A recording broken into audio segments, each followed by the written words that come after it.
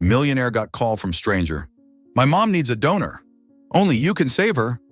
He ran without. Ethan Walker had never believed that a phone call after 10 p.m. could bring anything good. As a former star architect who had led billion-dollar projects in New York before moving into real estate development, he was used to his phone ringing at that hour only for crises or urgent deals.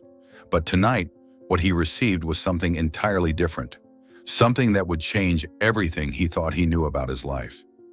Outside the floor-to-ceiling windows of his penthouse, rain lashed against the glass, streams of water catching the neon glow of the sleepless city. At 44, Ethan owned everything most people dreamed of: a renowned real estate firm, a portfolio of luxury developments stamped with his personal signature, and a reputation that kept investors chasing him. Yet tonight, surrounded by stacks of blueprints and sales contracts, he felt a hollow emptiness he couldn't name. The phone buzzed lightly on the walnut desk. An unfamiliar number flashed on the screen, the area code from a small southern town, Willow Creek, Tennessee. Ethan almost declined it. Important calls usually went through Harper Lane, his operations manager, who guarded his private number like a state secret. But something made him pause. A gut instinct, the same one that had helped him win impossible deals, whispered that he should answer. "Ethan Walker," he said, voice steady and professional. Mr. Walker?" The voice on the other end was young, male, trembling as if holding back desperation. "You don't know me, but my mom is dying, and only your blood can save her." Ethan froze. In the real estate world, people spoke in life or death terms about deals. But this was the first time a boy had meant it literally. "I think you have the wrong number," he replied, his defensive reflex kicking in. "Please don't hang up," the boy's voice rushed out. "My name is Liam Carter. I'm 15. I've been researching for weeks. You donated blood at State University 15 years ago, right? AB negative, with the Duffy negative factor. The doctors say my mom needs that exact type. They told me it's like 1 in 50,000. Ethan's breath caught. He remembered those college blood drives for pizza money. The first time he'd learned his blood was rare enough to be worth double the usual payment.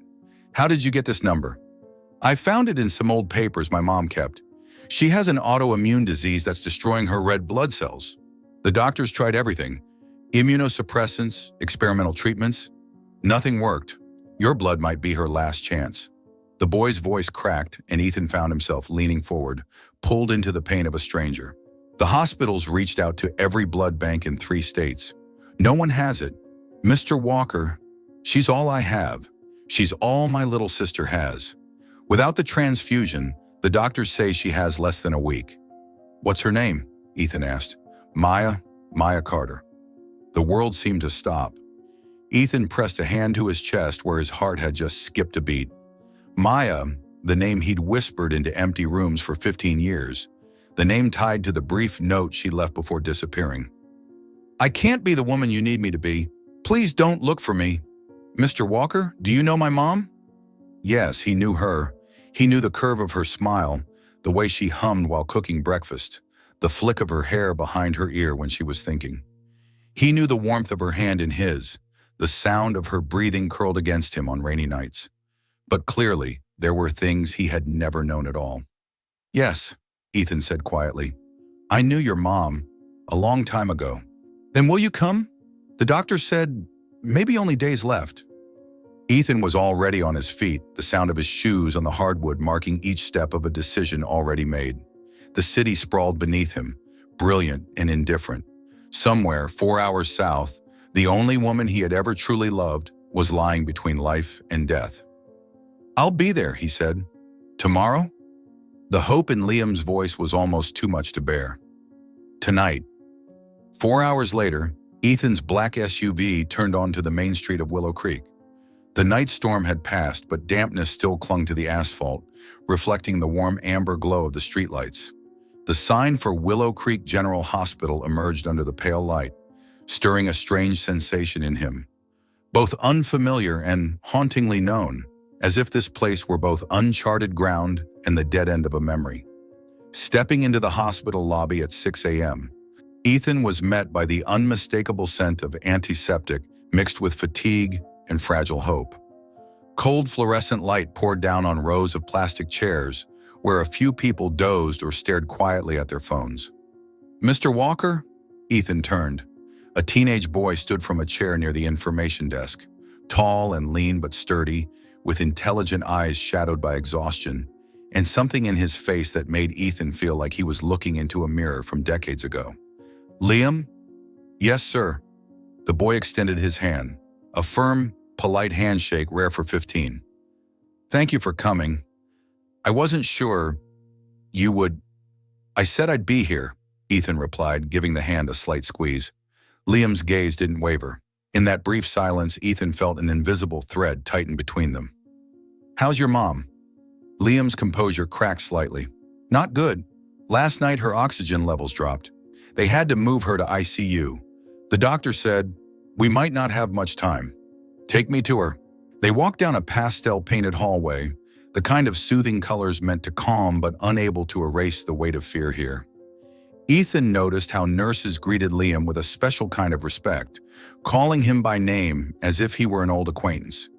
Clearly, the boy had spent too much time within these walls.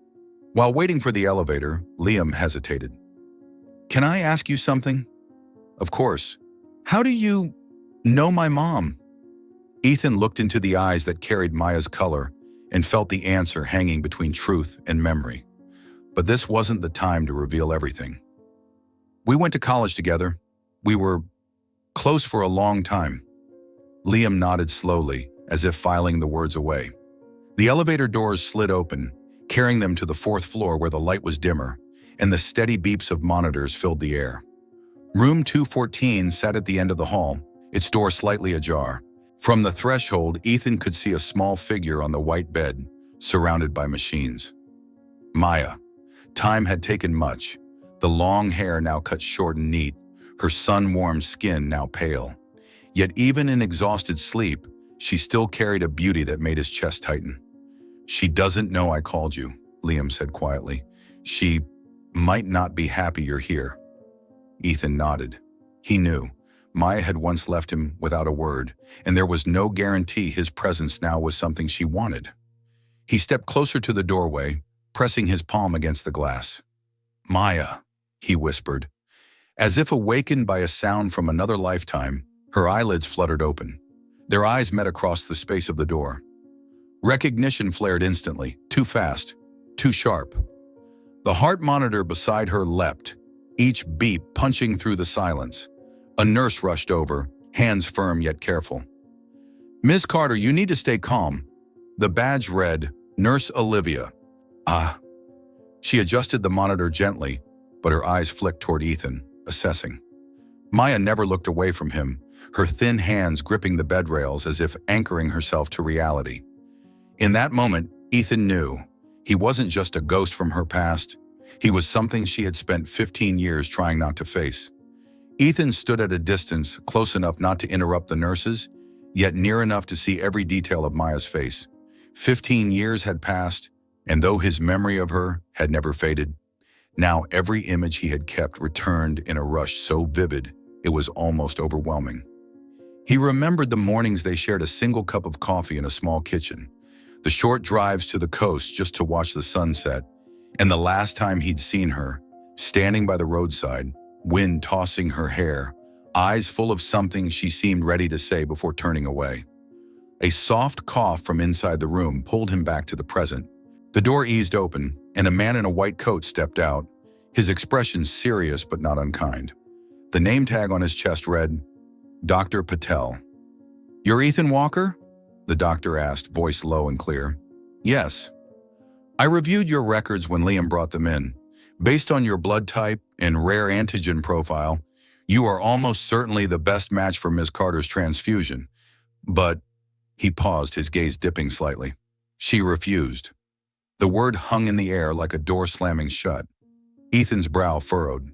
"Refused? Ms. Carter said she doesn't want to receive blood from you. She gave no explanation, just said no." Each word landed like a blade twisting in Ethan's chest. He couldn't understand, while her life hung on hours, maybe minutes, why she would turn away the chance to save herself. "Does she know who I am?" he asked. The doctor gave a small nod. I think she does. And I also think this isn't just a medical matter. There are things I can't step into. The hallway seemed to grow heavier, as if every sound had been drained away. Ethan could feel the presence of an invisible wall between him and Maya, built from years of silence, misunderstandings, and words never spoken. He looked back through the glass, where Maya lay still, her gaze fixed on the ceiling, as if she were somewhere far beyond that room. Inside Ethan, a quiet resolve took shape. Even if she refused, he would not leave Willow Creek. Because this time, he knew he wasn't only facing an illness. He was facing 15 years of distance and wounds left unhealed.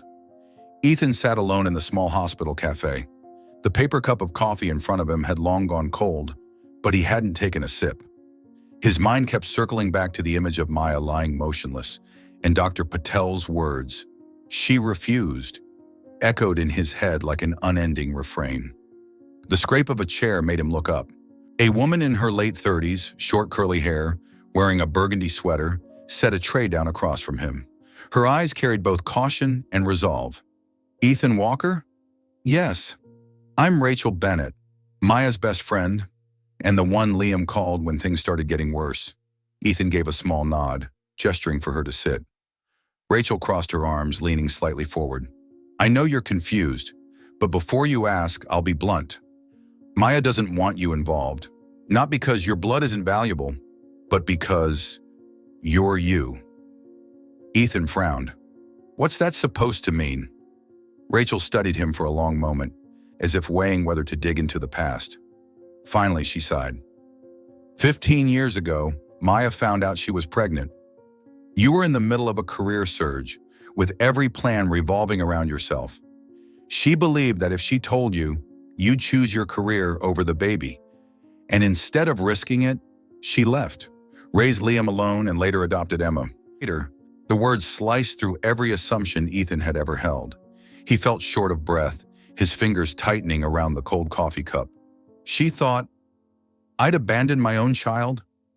Rachel shrugged, her tone not accusing, but steeped in a sad truth. Maybe not abandoned, but she believed she wouldn't be the priority. And to Maya, that was reason enough to walk away before you could prove her right or wrong. I wasn't there to decide who was right or wrong, but I do know this. She spent her youth being both mother and father to 2 kids and paid for it by staying on guard against anything that might break her small world. Ethan braced his elbows on the table, covering his eyes with one hand. Memories took on new shades. Times Maya refused to talk about the far future, the flicker of worry in her gaze when he spoke of opening a European office, all fitting into a picture he'd never seen before. What do you think I should do? He asked, his voice rough. Rachel leaned closer. I think you should stay, not to prove something in a few days, but to show you can live here, in her rhythm. No pushing, no claiming. Just be present. Before leaving the table, Rachel placed a small envelope down. I shouldn't give you this, but Maya wrote it 15 years ago, then shoved it into a drawer. She never sent it. Ethan opened it. Inside was a folded sheet, the handwriting painfully familiar. Ethan, as I write this, I'm sitting in the small apartment I just rented. I've been thinking about us, about your dreams, and about what I'm about to say. I'm pregnant, but I know for you, this isn't the right time. You're building something big, and this baby would be a turn in the road you wouldn't want. I love you, but I can't gamble our child's future on someone who isn't ready. Please don't look for me. By the last line, Ethan's hands were trembling. He folded the paper carefully back into the envelope. Thank you, he said, his voice heavy. Rachel's gaze softened. If you're really staying, you'll need more than blood to save Maya. Ethan looked out the window where the morning sun was beginning to filter through the trees. This time, he knew he wasn't leaving. Whether Maya accepted it or not, he would be here. For her, for Liam, for Emma, and for the 15 years already lost. Ethan rented a small wooden house on the edge of Willow Creek, just a few blocks from the hospital. The place was modest, with a wide porch and peeling white paint, but the windows faced a row of blazing red maples that gave him a strange sense of peace. Compared to his New York penthouse, This felt like another world. No car horns, no back-to-back meetings, only the rustle of leaves and the damp scent of earth each morning. Each day he began by stopping at the little corner cafe to buy 2 hot cappuccinos, one for himself and one to bring to the hospital's nurse station. At first, the nurses seemed surprised, but soon they grew used to the tall man in rolled-up sleeves, who always smiled as he set down the cup. Between updates on Maya's condition, Ethan looked for ways to help those around him. He paid for breakfast for a family whose child was undergoing chemotherapy, quietly repaired a broken step at the hospital entrance, or simply watched over a toddler for a single mother during her appointment. Small things, but they gave him something he rarely felt in New York: connection. Liam stopped by occasionally, at first just to update him on his mom, but soon staying longer, talking about basketball and school. One afternoon, when Ethan suggested they hit the court together, Liam looked surprised but agreed. On the cracked concrete court behind the school, Ethan realized he had never heard Liam's laughter sound so loud and unguarded. Emma, the 14-year-old with long black hair and round glasses, kept her distance at first. But when she learned Ethan had studied architecture, she brought him her sketches for a treehouse design. From then on, each week she brought new drafts, patiently listening to his suggestions. Not everyone welcomed Ethan's presence, though. One afternoon, Marcus Carter, Maya's younger brother, came to the little house. He stood on the porch, arms crossed, eyes cold. "I don't know what you're trying to do," Marcus began, "but Maya spent years building a stable life. Don't wreck it." Ethan didn't look away. "I'm not here to wreck anything. I just want to be close. I want to know my son, and I want to be here if Maya needs me." Marcus's brow tightened. "Sounds simple when you say it. But where were you 15 years ago?" The question struck the part of Ethan's memory he least wanted to revisit. He took a deep breath. "I was on a different road, and I lost the most important thing. I'm not here to earn forgiveness in a day or a week. I'm here to prove I can live here, for the long haul." Marcus was silent for a long moment before giving a small nod and walking away. Ethan knew that earning acceptance would take time, not just from Maya, but from everyone she loved. In the days that followed, Ethan kept to his slow, deliberate rhythm in Willow Creek. He visited the hospital daily, sitting outside the ICU, sometimes talking with Liam and Emma, or exchanging a few quiet words with Dr. Patel. Maya's condition gradually stabilized. Medication and transfusions from other sources had helped her pass the most dangerous stage, but her face remained pale, her voice faint. Each time he looked at her, Ethan felt both relief and a sharp ache, pulled closer yet still separated by an invisible glass wall. One afternoon, Rachel stepped out of Maya's room and gave Ethan a small nod. She asked, "If you'd like to come in and talk." For the first time in 15 years, Ethan was about to be in the same space as Maya, without glass or distance between them. He stood before the white wooden door, drawing a deep breath. Memories surged through him, but this time they weren't only the past. They carried hope, the kind that whispered maybe they could start again, even if it was only from a single conversation. His hand tightened on the doorknob, and he pushed it open gently. Warm yellow light spilled from inside, carrying a faint trace of lavender that instantly pulled him back to the small apartment they had once shared. Maya was sitting propped against her pillows, a thin blanket over her lap, eyes closed as if resting. When Ethan stepped in, she opened them. For a moment, time seemed to stop. The sounds of monitors and hallway footsteps faded, leaving only the lock of their gaze. "Hi," Ethan said softly. Maya gave a small nod, her lips pressing together. "Rachel said you wanted to see me. I wanted to see how you were." He pulled a chair closer to the bed, keeping a respectful distance. "The doctor says you're doing better." "Better is a relative term," Maya replied, her voice hoarse but carrying a trace of her familiar edge. They sat in silence for a beat. Ethan searched for words that wouldn't weigh too heavily, yet feared sounding empty. At last he exhaled. "Maya, it's been 15 years. I don't know where to begin, but I'm sorry. Sorry I wasn't there when you needed me. Sorry you had to do it all alone." Her eyes flickered, but she said nothing. He went on. "I know an apology can't erase everything, but I want to change. I want to make up for the time we lost, not just for Liam or Emma, but because I still love you."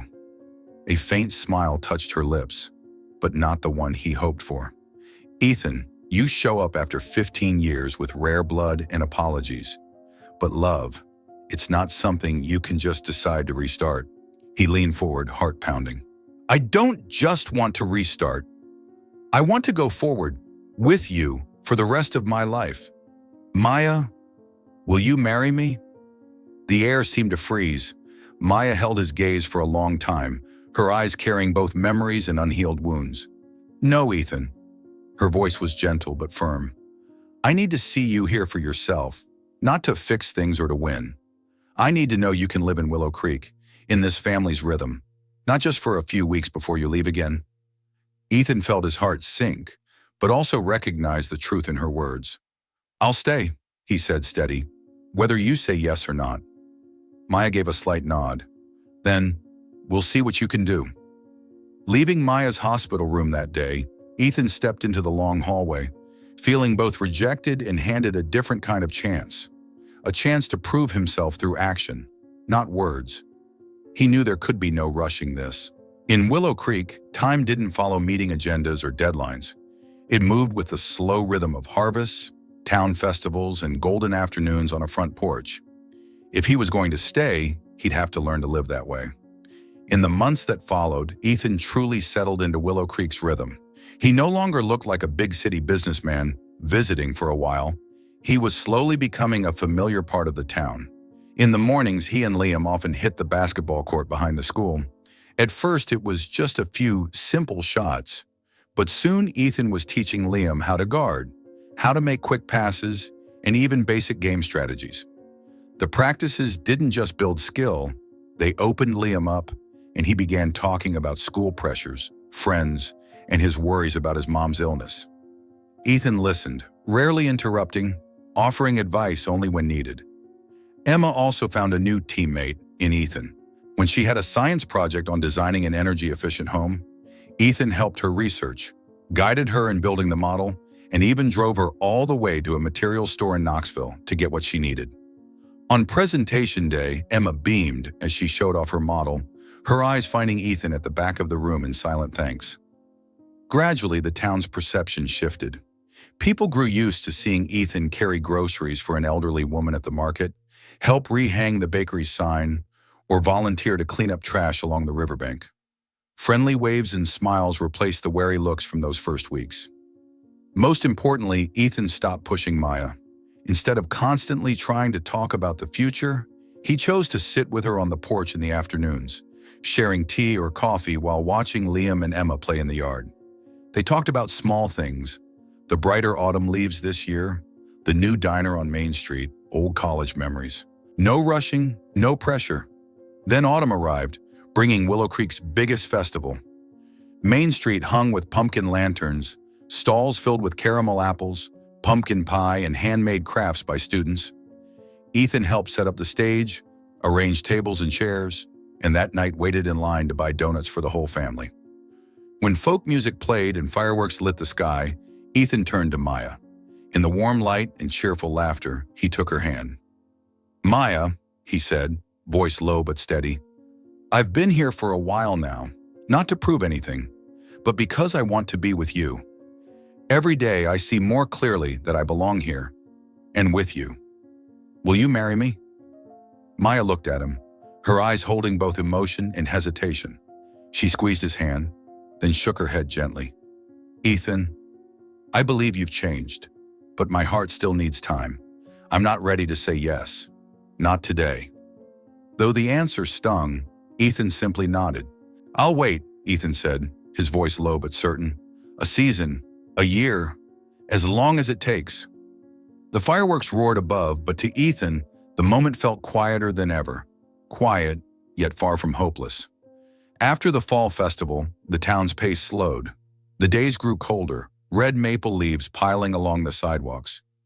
Ethan kept his promise, staying, working, and being part of this little family. But he didn't know a new test was coming, one that would force him to choose between a dream career opportunity and the life he was building in Willow Creek. One morning, as Ethan was driving Liam to the basketball court, his phone rang. Harper Lane, his trusted associate from New York, flashed on the screen. He put it on speaker to keep driving, Harper's voice bursting with excitement. "Ethan, big news! Westmore Group wants you to head a real estate development project in San Francisco. $200 million, a 2-year contract, full creative control. They said you're their top choice." Ethan's grip tightened on the wheel. This was the kind of project he'd once dreamed of, the kind that could catapult his career to new heights. "You'd need to be in San Francisco before the end of the month to start the prep phase," Harper continued. "We're talking career-defining here." He was silent for a few seconds, then said, "I can't take it." On the other end, Harper froze. "What are you talking about?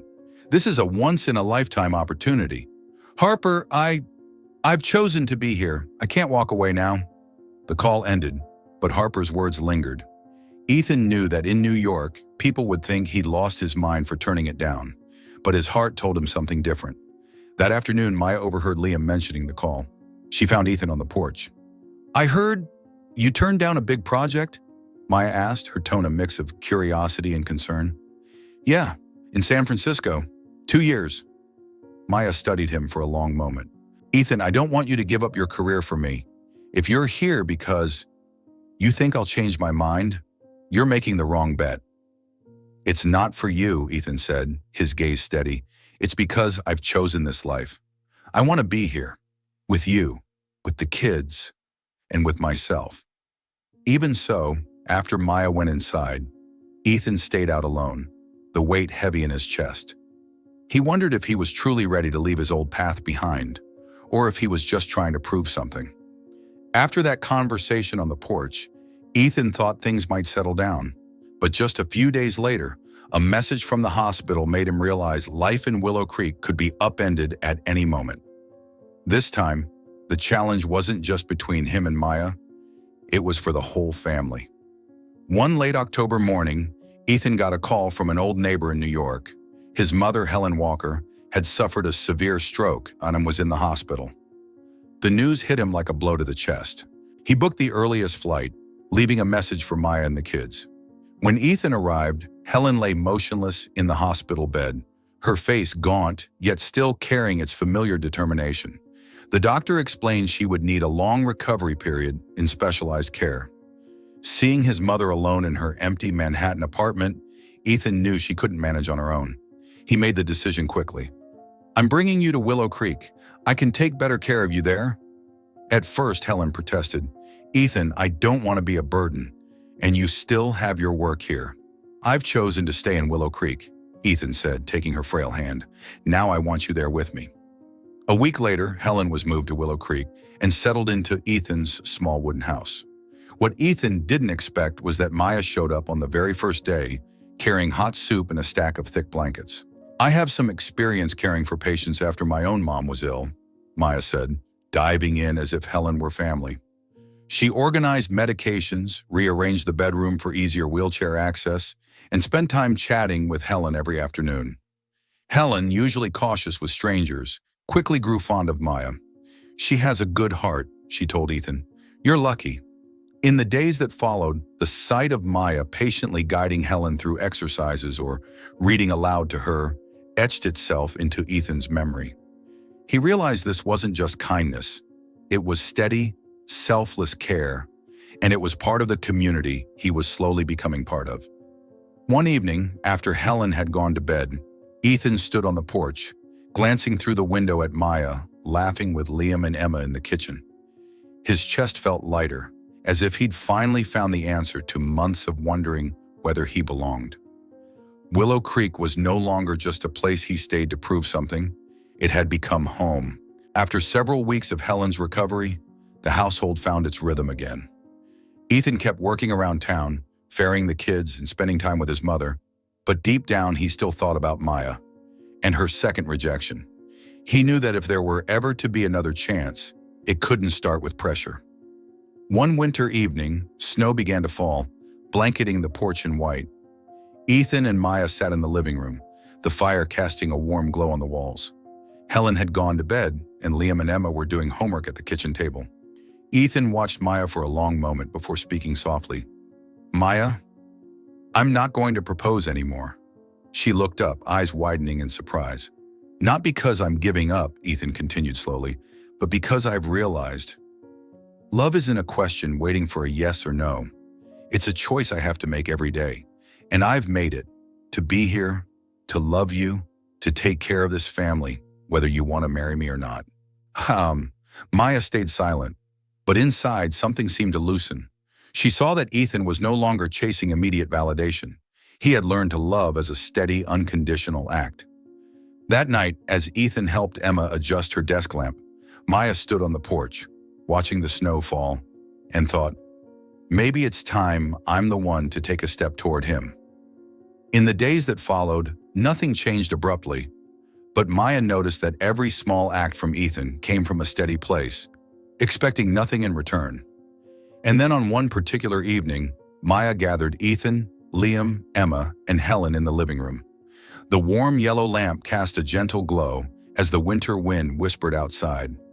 "What's going on?" Ethan asked, a little puzzled to see everyone together. Maya stepped up to him, then suddenly dropped to one knee. Liam and Emma's eyes went wide, and Helen covered her mouth, moved to tears. "Ethan Walker," Maya said, her voice trembling but sure. "I love the man you are now, the man who chose to be here, to love and care for us every day without conditions. I want to keep building this life with you. Will you marry me?" Ethan froze for a heartbeat, then bent to pull her up into his arms. "Yes," Ethan breathed, pulling her into his arms. "Yes, and 1,000 more if you ever asked again." Liam and Emma rushed in to hug them both, and Helen reached out to wrap them all together. Tears mingled with laughter, as if the 15 years apart had finally been closed. A few months later, they held a simple wedding at the Willow Creek Community Center. No extravagant gown or lavish flowers, just the people they loved and the friends from town. Acoustic music played, and everyone danced and laughed together. And as Ethan looked around the room, he thought, home isn't a place you find. It's the life you build, one choice at a time, with the people who matter most.